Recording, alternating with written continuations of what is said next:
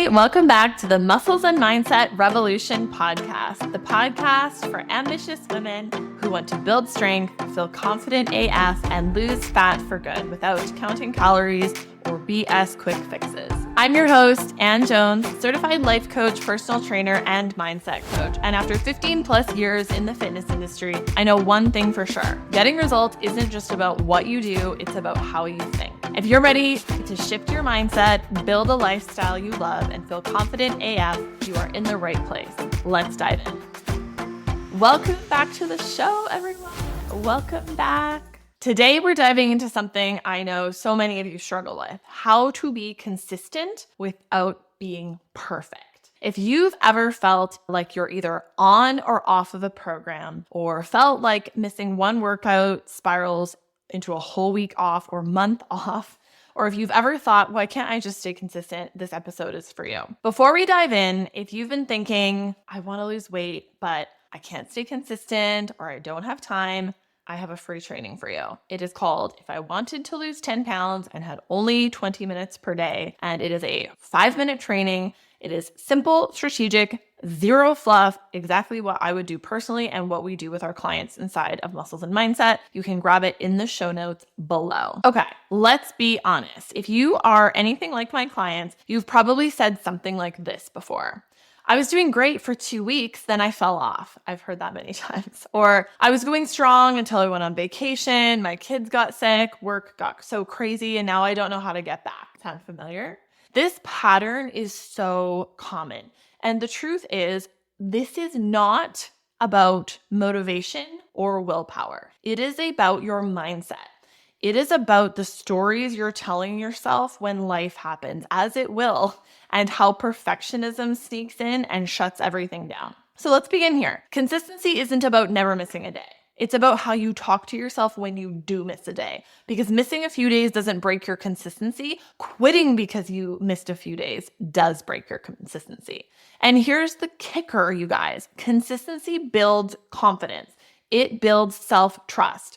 If you want to feel proud of yourself, if you want that identity of being a strong, fit, healthy, grounded woman, you don't wait for the results to start being consistent. You build consistency first, and then the results show up. Let's talk about one of the biggest mindset traps I see. Once I start seeing results, then I'll be more motivated to keep going. Or I'm the type of person who I need to see results to keep going. I hear those phrases a lot, and I have to lovingly call BS on that. That is actually a sneaky form of self-sabotage. It's like you're giving yourself an out before you even begin. Well, if I don't see results, I'm just going to say I'm the type of person who needs to see results to continue.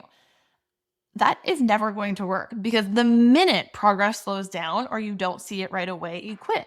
And that just reinforces the cycle. Here's what to do instead.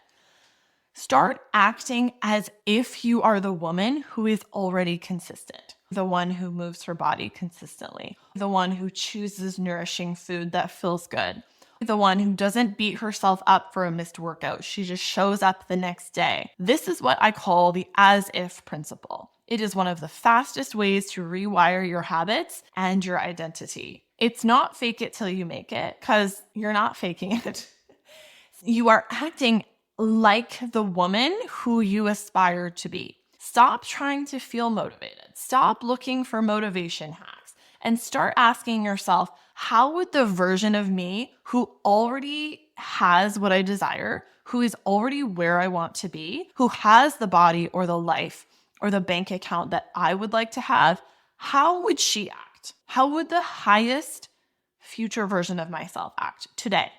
Let's break this down into something practical, because I understand that theory is cute, but you need real tools, right? So here's the action plan in 3 steps.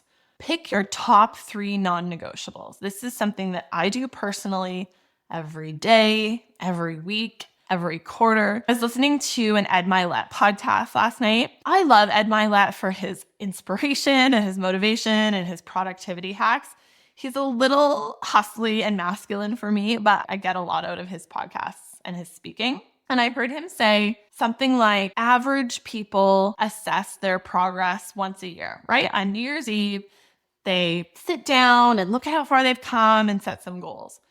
Slightly above average people assess their progress and their goals once a quarter. Good achievers or something, he said, assess every month. Great achievers assess every day, and high performers assess their goals and achievements daily at the end of the day. And this is something that I'm getting back to doing daily because I was reminded of that. And I do think that that's true. Goal setting is both overrated and underrated, right? It's overrated in the New Year's resolution kind of way, lose 100 pounds kind of way. It's underrated in levels of consistency because if you set a goal in January, it's now April. I doubt you think about it every week, let alone every day. But if you have a practice, a consistency where you are identifying several goals for the year, for the quarter, for the week, and then for the day, they're at top of mind and you're out of overwhelm. If you sit down right now and say, I had 25 goals for the year and I didn't move the dial on any of them today, that's going to feel very overwhelming. You're going to go into overwhelm, you're going to procrastinate, and then you're going to shut down and get nothing done and continue that cycle. So I'm always a fan of choosing your top 3 non-negotiables. And where I come from, everything is negotiable because life happens, right? You get to decide what your non-negotiables are. And that's why I'm a big fan of changing them and choosing them and reassessing them week to week and day to day. So I always recommend never having more than 8 goals for the year and no more than 3 for the month, the week, and the day. So when you know what your goals are, you have 3 big projects or goals for the quarter, for the month. And then every single week, every Sunday night, I am writing down how my big 3 for the last week went, what I'm going to change, what I'm going to continue to do, what I'm going to do differently, and what my big 3 for the coming week are. And then I don't leave it there. I make sure they're on my calendar in order of priority. I did this morning. It's Monday. It was Monday morning. I have a lot going on. I thought my taxes were done. My accountant has some questions. We're moving, so there's house stuff. I have some travel coming up I have to do some things for. We're getting ready for Summer 60. I have projects due there. I have clients I have to get back to. I have team stuff I have to address. I have personal stuff. I had to order hot lunch. So instead of trying to do it all at once, wrote down the top, maybe 6 things, but then I don't worry if I don't get past 3 because I have a capacity. So I'm the tax thing, technically I have till the end of April. The travel thing, well, that's happening at the end of the month. But hot lunch, the deadline is this day. And I can't remember what else was on there. Getting back to this client, this has to happen today. Editing these videos, Andy needs those this week or whatever. So then I'm putting them in order and then podcast. I was like, I got to do the podcast because there has to be a podcast next week. That is number 1. And then ordering hot lunch or whatever. So I can't get through the day without those 3 things being done. Everything after that is gravy. But when you're trying to do it all and you have a to-do list, I call to-do lists to-die lists because they're still there when you die. You just keep moving the paper around or keep moving the note around. You never finish. But when you only choose 3 things, you can probably get through those in a day and more. So all that to say, number 1 on your action plan is picking your top 3 non-negotiables. What are 3 small, doable things that make you feel grounded, healthy, and strong, and are actually dial movers? I put this poll on my stories yesterday. What's the best compliment that you would love to receive? You are glowing, you're so strong, you're so calm, you have so much energy. And for the people who said you're so strong, a lot of them are clients, so I didn't have to ask them this question because I know that they're on it. But I messaged them and I said, awesome, what are you doing to move the dial on your strength goals today? If that's what you want, what are you doing to move the dial today? You want to lose 10 pounds? Great. What are you doing to move the dial today? You want to make $1,000 a day? Cool. What are you doing to move the dial on that today? You want a deeper connection with your child? What are you doing to move the dial on that today? Not everything can be important. You get to decide, but then you actually have to execute the dial movers. So for example, that might be drinking a liter of water, eating 1 meal filled with vegetables, moving your body twice a week. It does not have to be all or nothing. Choose your top 3. Number 2, this is a James Clear kind of habit. Make them embarrassingly easy. I think he says stupid easy, right? You don't need to run a marathon. If you just want to start doing cardio, walking, or running, you just need to start. You just need to start. You want to lose weight? You just need to start. Drink half your water before noon. Do a 15-minute workout. If you're currently doing a 0-minute workout, 15 minutes is 15 times better than that. Toss together a quick salad or veggie snack to go with your meal. These things might feel too small to matter, but that is the point. Small things done consistently become big changes over time. Like, this is how bodies of water are built, right? The puddle fills up over time, not all at once. And lastly, on your action plan, I need you to reframe the missed days. I literally do not think about a missed day ever. You can mess this up, you guys. The only way you can mess it up is by ruminating on your missed days, workouts, meals, whatever. One skipped day doesn't undo anything. You're going to do hundreds of workouts in your life. I've done thousands. One missed one is a drop in the bucket. The key is what you tell yourself after. Do not quit. Just keep going. I said this recently, I think in my podcast episode about successful clients. My most successful clients can reframe. They don't get stuck in a poop loop, become a victim, stop and give up. They just simply don't quit.